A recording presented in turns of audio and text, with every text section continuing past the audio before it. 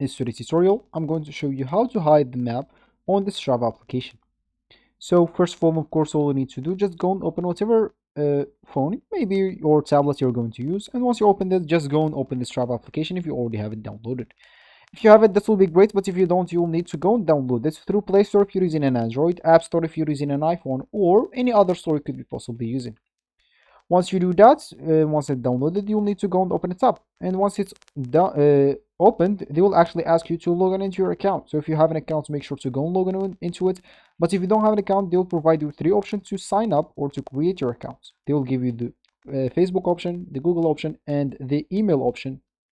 So choose whatever suits you. And once you created your account or logged in into your account, you'll find yourself here at this home option of this Strava application, which is going to be your home screen or your main screen.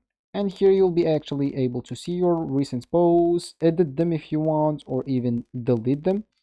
Or you can just go and create a new post or a new photo, new manual activities, or which is called segments here. And of course, you will be able to see them here at the home screen. So what we said, we would like to actually hide the map on the Strava application. So if we go here to maps, as you can see, you will have some segments,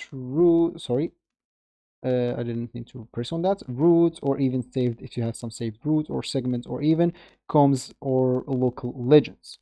So if you want to start recording, and let's say as an example, you're gonna choose this activity as a one, and the route, maybe you have some saved route and you choose that already, so you can just go here and start. So if you are here and you want to hide the map, simply click at this map option, click on it, and as you can see, it will be hidden, and you will see this time and distance and etc. And of course, if you want to stop, you can just go here and click at finish, and you will be actually good to go. So this will be actually for this tutorial. I hope you like it. Thank you guys for watching, and goodbye.